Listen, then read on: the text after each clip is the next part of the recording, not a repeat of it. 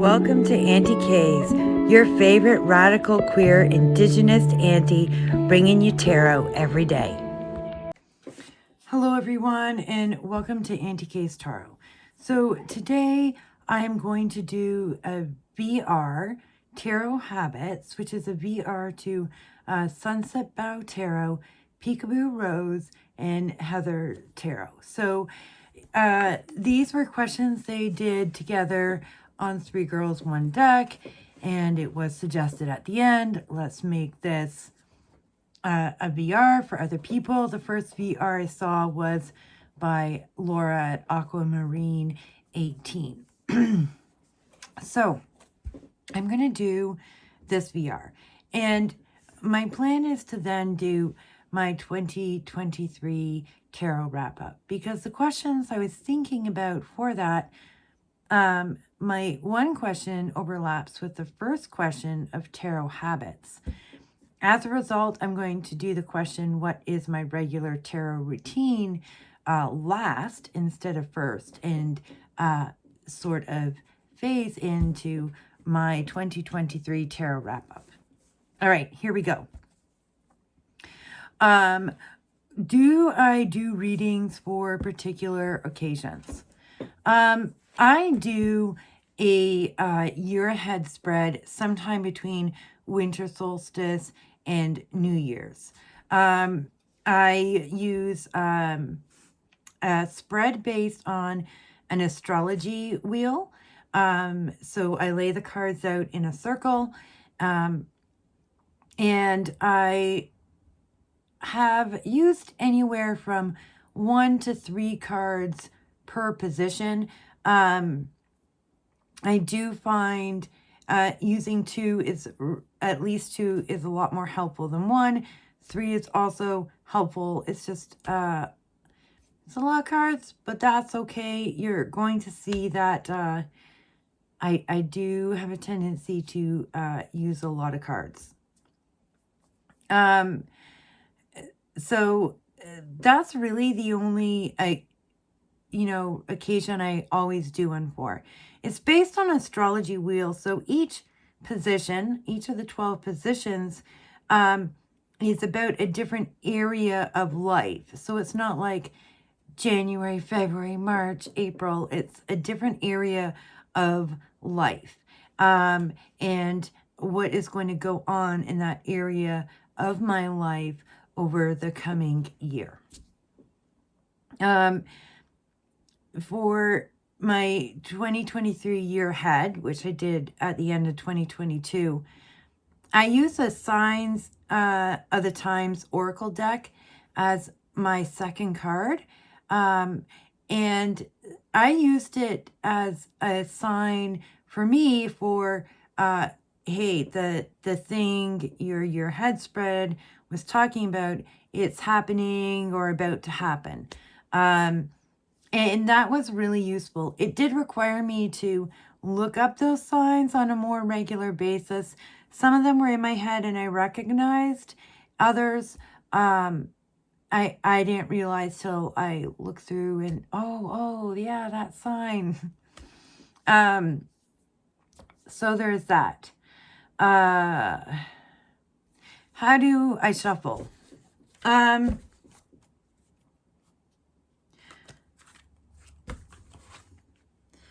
I riffle. I don't bridge because I've never been able to. And I overhand. I either riffle 3 times and then overhand, or I overhand and then riffle 3 times and another overhand. I just do both. And then I cut the deck. That's not always how I've read that, or always how I've shuffled. How I shuffle, how I pull cards, that's changed over time. I do this and then just pull straight from the top for each position. Last card I turn over. I always turn it over. How much I look into it depends, but I do see what the shadow card is in here as additional information when I pull a spread. I used to do other combinations of shuffling and of overhand and riffle. And I used to spread the cards out, and then just pull. And that certainly took less shuffling. And back when I did that, I also reordered all my cards at the end of the night. I don't do that anymore. So spreading them out probably also randomized the cards a bit more when I was putting my decks in order every night. Do I have rules about questions I ask or answer? For myself? No, I do not. For others, I work on Purple Ocean, Purple Garden. They have rules about what I can answer. I'm not allowed to do medical, pregnancy, which would fall under medical. I'm not allowed to do stocks, financial, speculation, lottery numbers, that sort of thing. I'm not allowed to do that. I found that when I'm working on the app, the cards will put like it's something that represents unknown, or you're not getting an answer, such as the High Priestess, or the Crossroads in Lenormand. It will put that in a place where I'd expect to find the answer that the person wants. And it's like, Spirit's just protecting me from seeing an answer I'm not allowed to give. Occasionally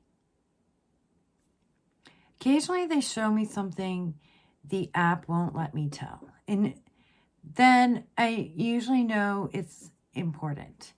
And I try to find ways around it and get the information Spirit wants to give to them, just indirectly. Sometimes they will ask to clarify, and I'll be like, oh, no, I'm not allowed to answer those kinds of questions. But the cards are making this recommendation for you. I feel like I do my best to protect my job. The spirits I work with do the best to protect my job, but also to find a way around the rules if it's important. All right. Spreads or no? Yeah. I used to write spreads all the time. I can't find my book of them right now. There's 180 some. And now I'm pretty consistent, right, as to what I use. And they tend to be general spreads mostly. I use the Grand Tableau for Lenormand. I started doing that this year. I was definitely working my way towards it for the past 2 years. And then I started doing it and I loved it. So I got a Lenormand mat. And I also, let's turn the camera around. I also use what I see as spreads within the Grand Tableau, right? If I want to know about work, I look at size, whip, birds, dog, tower, garden, book, letter, gentleman, which I just read as person. If I want to look at the likelihood of engagement or marriage, I look at bouquet, size, whip, stork, dog, tower, ring, book, letter. All right. A lot of times in just a regular relationship, I'm looking at these 4 here: letter, gentleman, lady, lilies. And then, sort of like this destiny column down here: key, fish, anchor, cross. And so those are little things I do. There's other areas that I look at it also, often it's a box around or involving a position that's very much related to the question at hand. So I do that. I also I also do use like a 25 card spread, and sometimes that will be all with tarot cards, and sometimes it will involve oracle or Lenormand cards as well. Let's see if I can actually get this in here.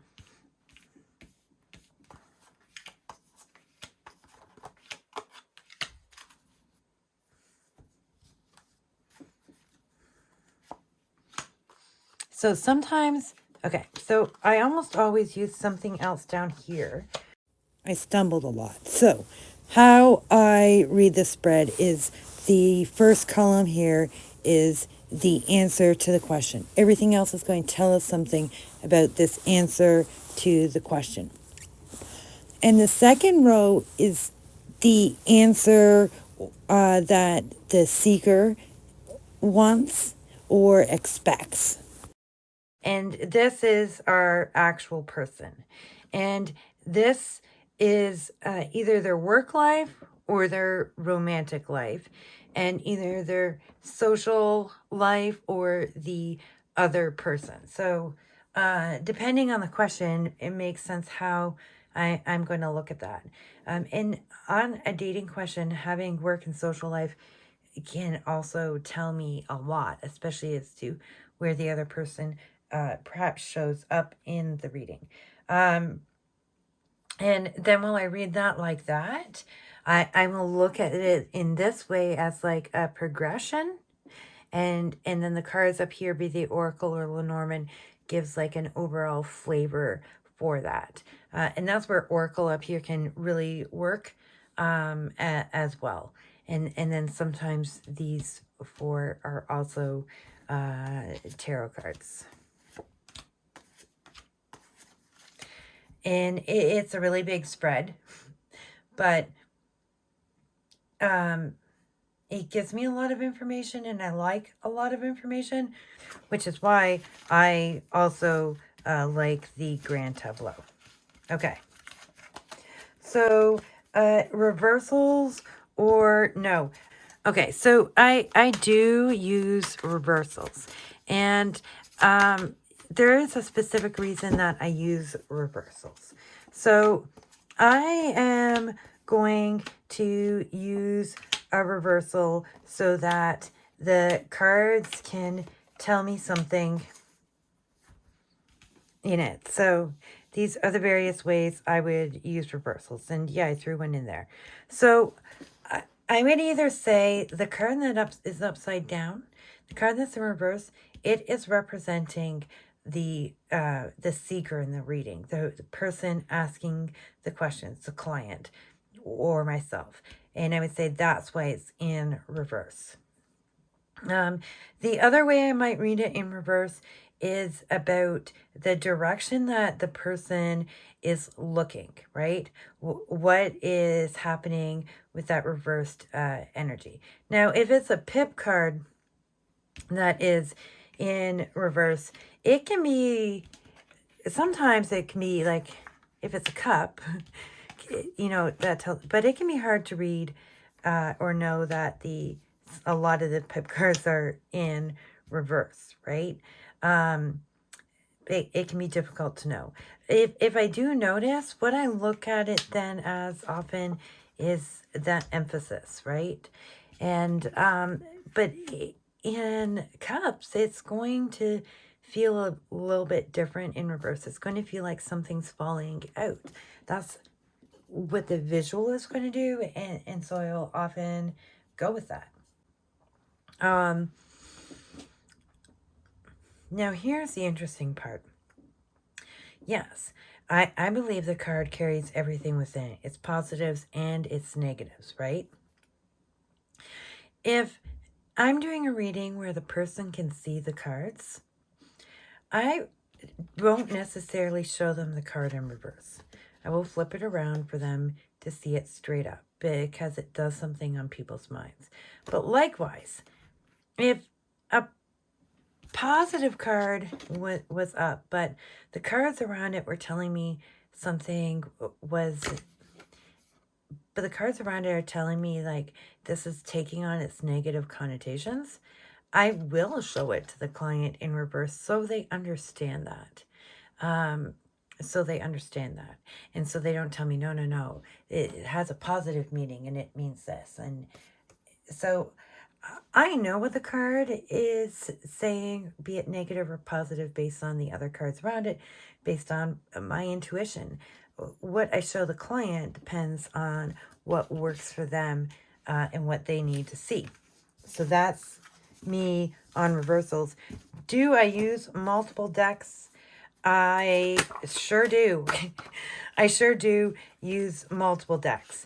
And I do use Lenormand and tarot together, which leads us into what is my regular tarot routine and what does my tarot practice look like this year. So my tarot routine. My tarot routine starts with sweeping my house. It starts with me going out and speaking with spirit, and making an offering. That's what it starts with. I'm not necessarily pulling tarot for myself all the time. I'm working on listening to spirit in conversation. And I want to improve those skills, not just for myself, but for clients also. And so as I work on it, my skills become a lot greater and I can rely on them. I can rely on them independently, making that communication between me and spirit that as perceived as audible is stronger. So that's what I'm working on for myself. And also as written, I've been working on spirit writing too. So my answer is like maybe not necessarily straightforward. And to the question, my tarot practice for work, I work 5 days a week. And I tend to sign on for 6 hours with a break for dinner. So actually 5 hours of work. My tarot practice over this year, over the course of 2023, it's been about refining how I read. And so 2 years ago, fortune cards and the Norman and playing cards made like an entrance fast and furiously into my tarot practice as I began working on the hotlines. But, I still do love tarot. And in fact, I made myself a Marseille deck. So there's definitely desire to keep using both. And my Lenormand practice, it felt so at home when I came to use the Grand Tableau this year. And so I have been doing that. And like I said earlier, I find spreads within the tableau. And finding spreads within the tableau is sometimes just putting cards in these places on my mat, which is on my work table when I'm working. But sometimes it is like laying out the whole tableau, even though I'm just going to focus on one section, because they might ask me something that focuses on somewhere else. And then I want to bring that in. But when I'm, doing a smaller reading, I would sometimes then pull a crossroads spread, which was always one of my favorites, right? And then at some point this year, I was like, maybe I want to do like the Celtic cross. Except I was running out of room to put it over here, and so I started putting it down here. And then I had like this own personal epiphany this year, where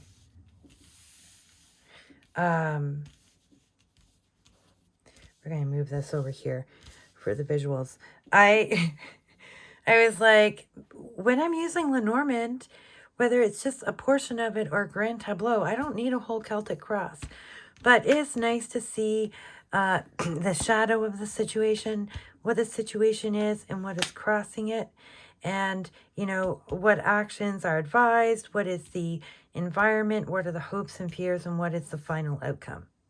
So I have been doing that. And if I'm using the Grand Tableau, I will then often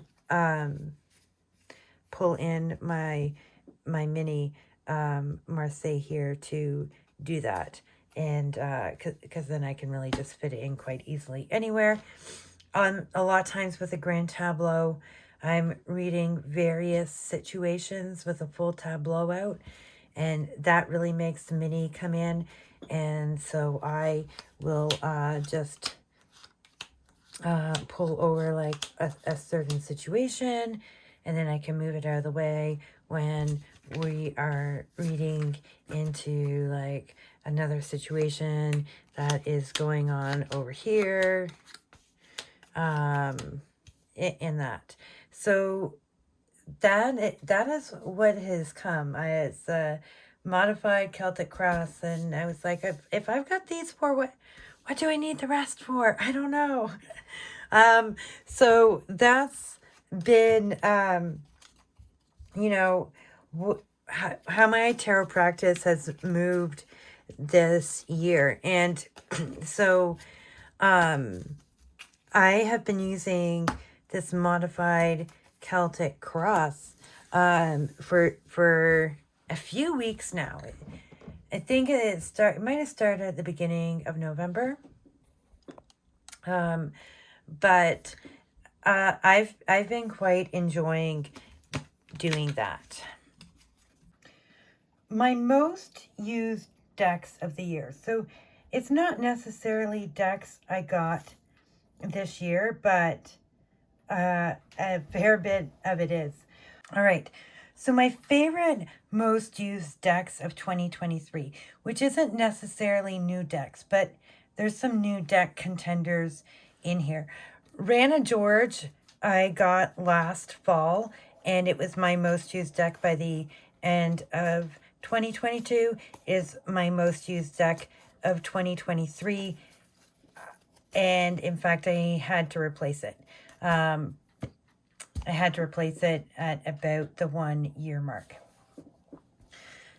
My second most used deck of the year I got at the beginning of 2023. It was Rustic Roots.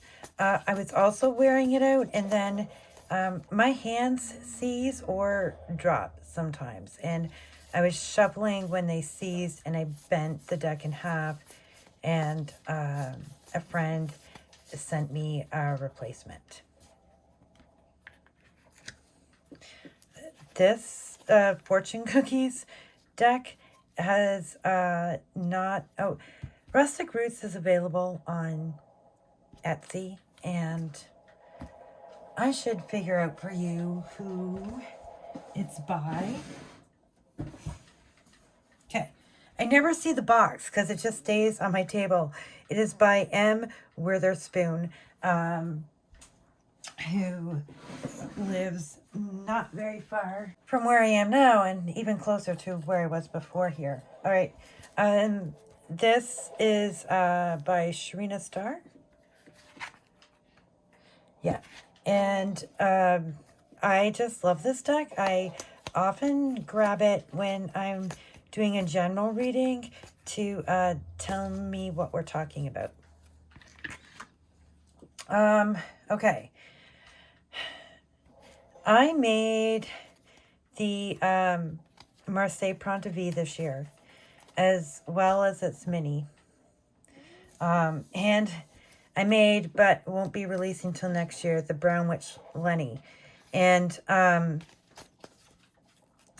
I have used these decks, this one's the mini, so much this fall. I've used them consistently, throughout the work week, since they arrived in their prototype forms and now in their final forms.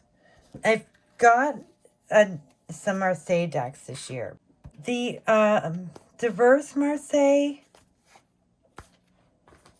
which is on Make Playing Cards and is by, if you look up Diverse Marseille Make Playing Cards, you will find this deck.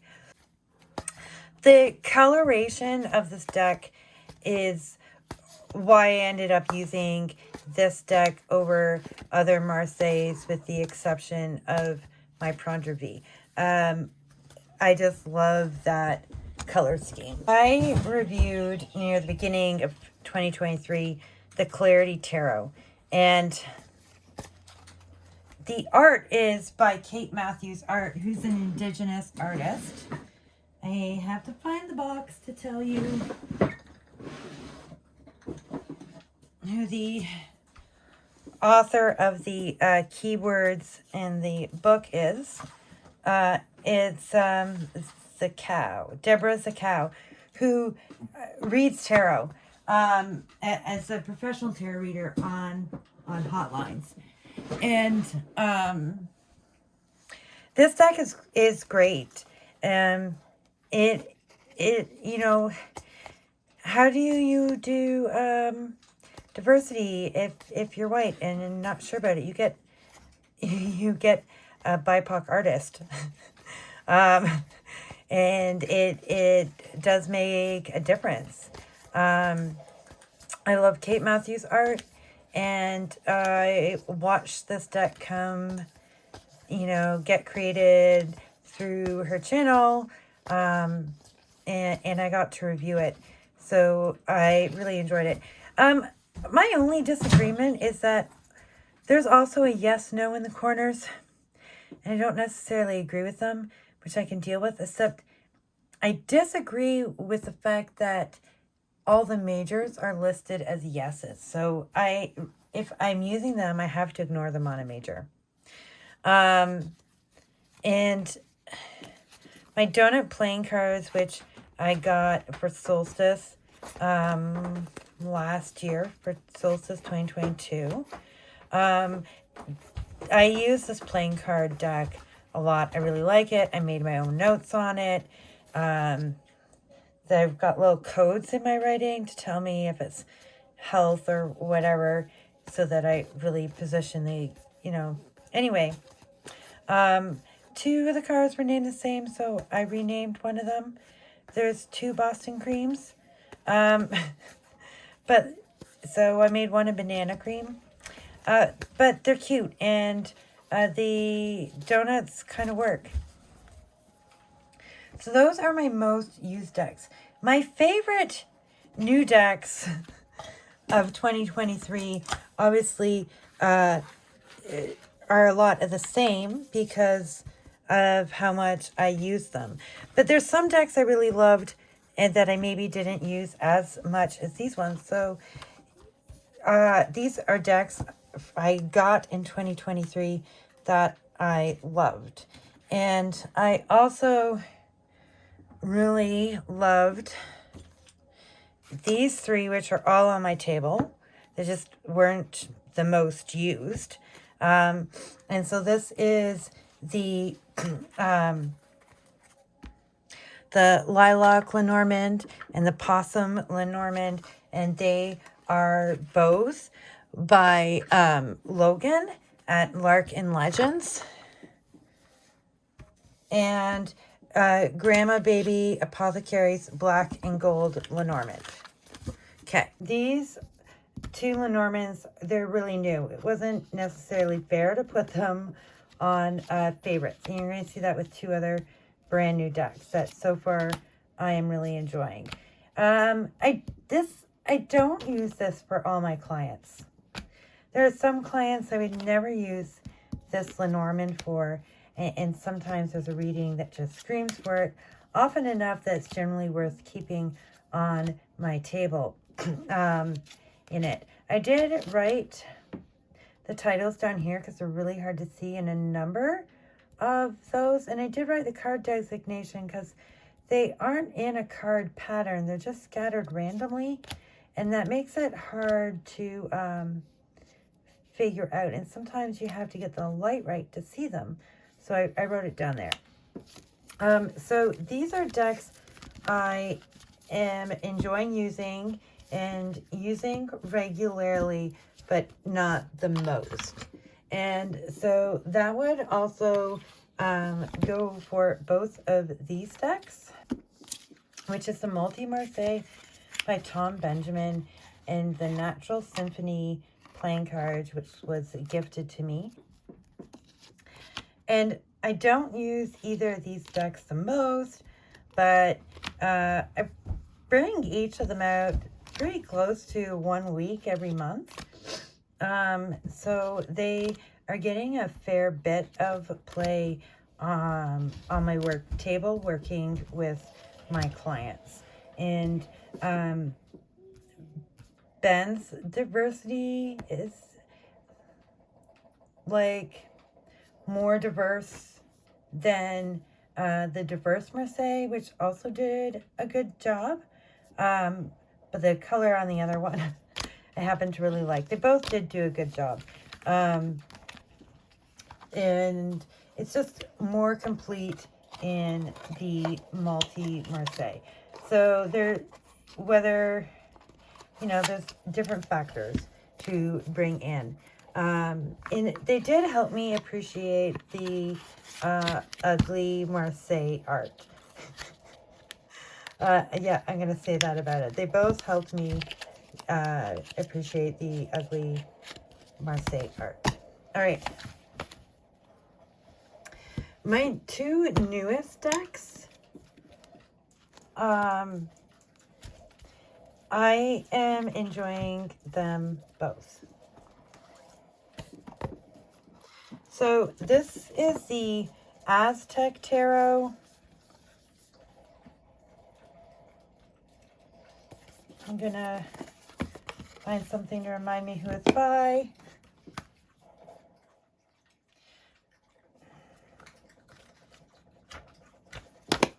I'll show you part of why that's difficult in a minute. So I had to be able to see it clearly.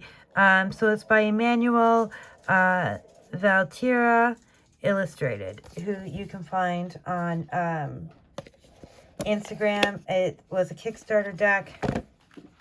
Okay. I love the cards, but the guidebook, I don't know. Instructions by Arthur Edward Waite. So maybe that's what it is. It's a copy of his instructions. I don't know. But you've got the smaller print write-ups of the majors here. And then you've got larger ones with sketches from the cards. Doesn't really explain some of the things that you're seeing that, are different. Like, it just calls this a horse, even though it's obviously not a horse. But that's okay, because you don't need the guidebook to read this deck at all. It's super RWS. It's just Aztec art, and it's I am thoroughly enjoying like the color tones of it, the art style of it. I'm really enjoying it. It's an RWS deck with Aztec style art and people. It is what it says it is. Emmanuel Valtierra has done Aztec playing cards and a Mexican card system, bingo style game, dice, a number of things. So I don't remember the name of the other thing. Like, I can almost hear it in my head, but I know I'm hearing it in English. So we'll leave it at that. So I've been using this deck like all week. Is that how long I've had it?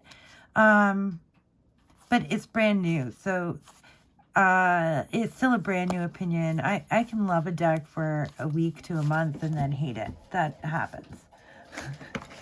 And then there is this Food Fortunes by Josh Lafayette. It's very cheap. It's hard to figure out what... You can't always tell what card it's representing, if it is really, truly representing a specific tarot card, but others definitely are, and are sometimes wrong. Like what is was clearly justice is labeled as number 9. But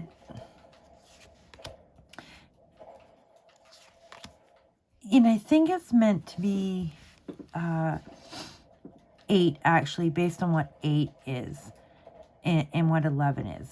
It's just, I had to guess and make my own decisions, but mostly what I'm doing is I am just adding to the layers of a reading by giving me a card for the desire, the person of interest, and for the seeker.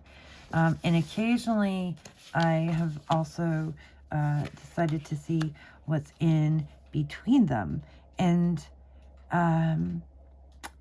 sometimes that really worked. There was one I had. Oh, it was so good. I was like, it said everything about the reading.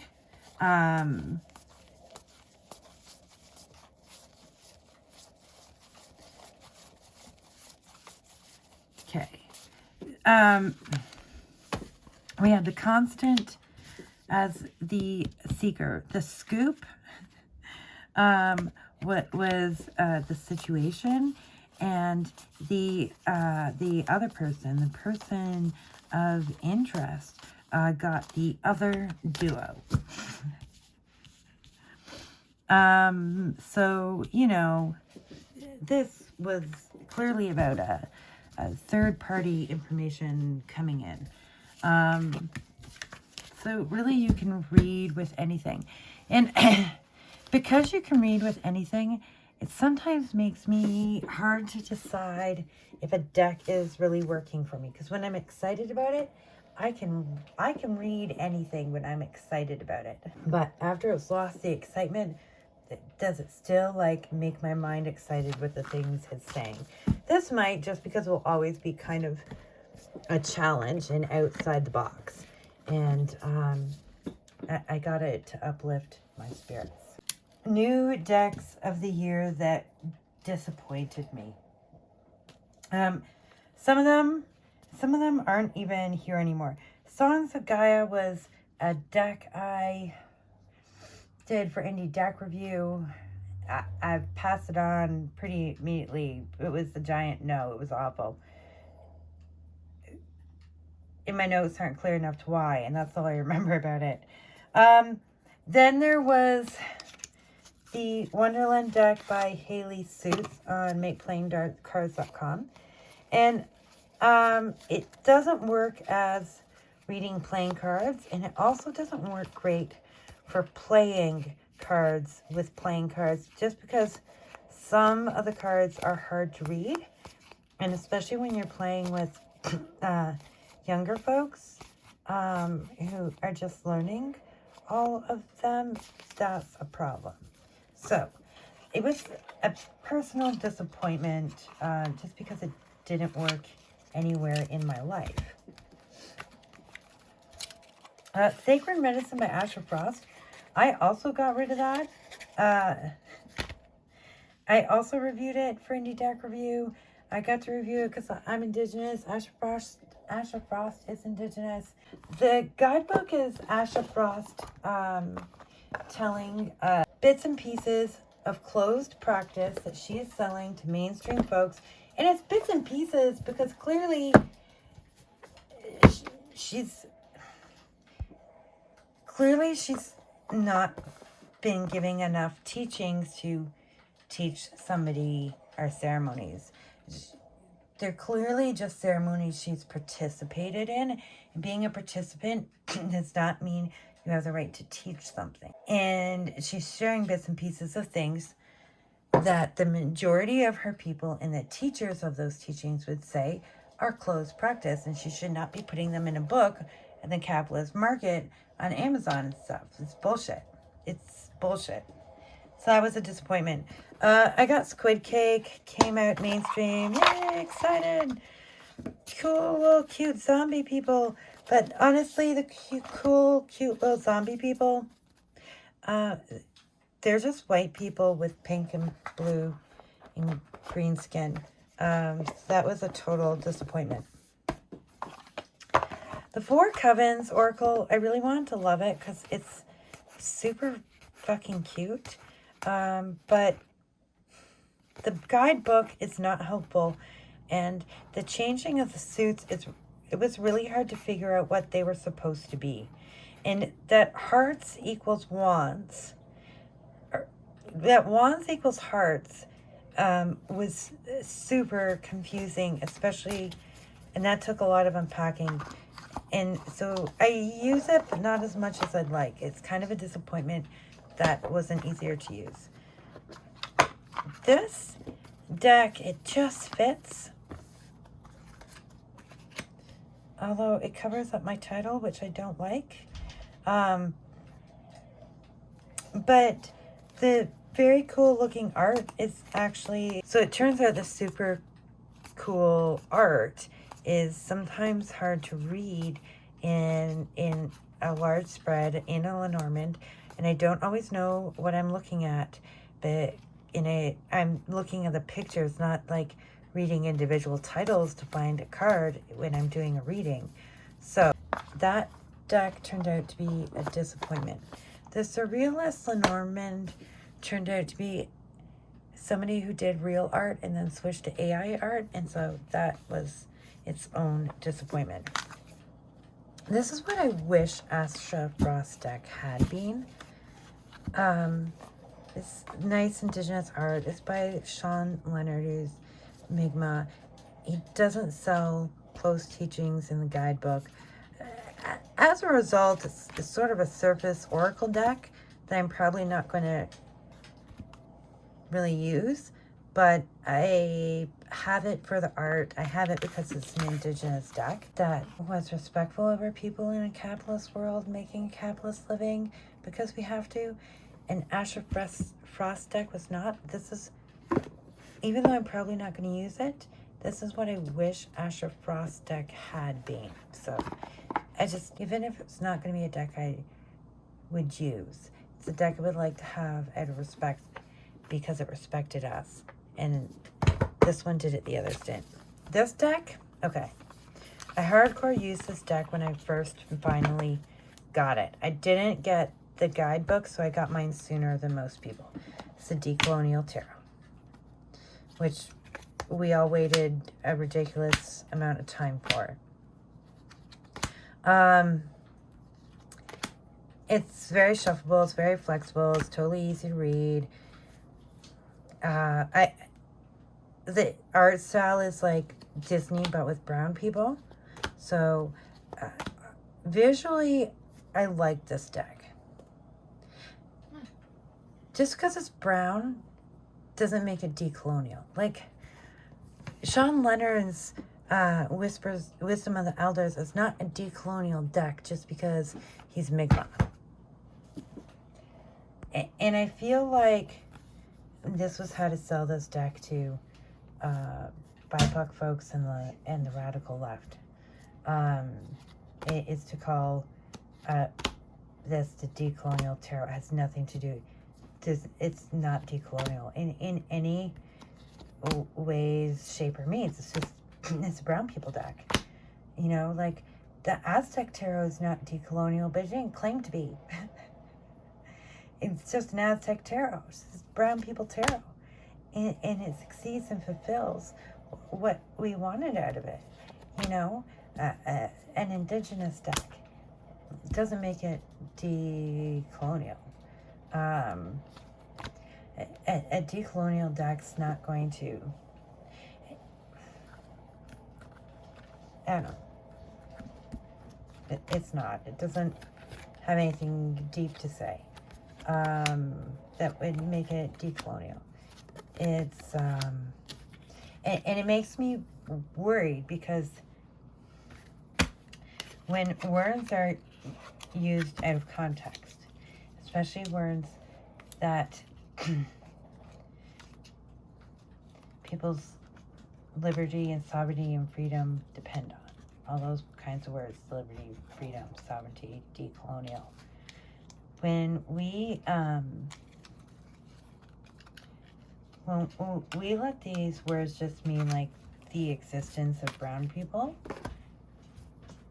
we narrow what these things, these important concepts of being decolonized and achieving real liberation, real freedom, you know, it shrinks what that might come to be. And something like this is like, as long as indigenous people are recognized, we've decolonized. That's all you have to do. You don't have to do land back. There doesn't have to be, you know, indigenous peoples be actually sovereign over themselves and their land and the resources upon their lands and who comes and does what on their lands. Like, that won't happen when we say that decolonize is just the acceptance of the existence of brown people. And if they had named this deck something else, if they had named this deck something else, I would not have been disappointed. That's the reality of that. Let us quickly wrap up by December decks on the table. Decks on my table this month are a front row and a back row. So largely directly out on the sides of the mat, or right at the top of it, have been the Marseille Prendre Vie, the Food Fortunes, and the Aztec Tarot. And the Lenormands on the front have been the Brown Witch Lenny, Rustic Roots, and the Rana George. And then this is also at the top of my table, the mini Marseille Prendre Vie and the Fortune Cookies. And then my back row has been the Precious Possums and the Cat Marseille, the Landback Tarot, and Grandma Baby Apothecary's Black and Gold Lenormand, and the Clarity Tarot, and the Lilac Lenormand. They aren't necessarily paired up, but they kind of are. They've generally been used like that in sets. They've largely been used like that in sets because these look nice together. I made them both. What can I say? I kind of like that as a setup.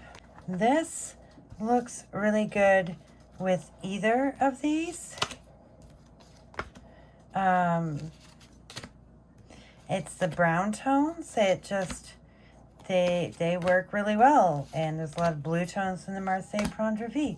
Then, like I said, I've just been using the Food Fortunes as 2 to 3 cards that go with anything.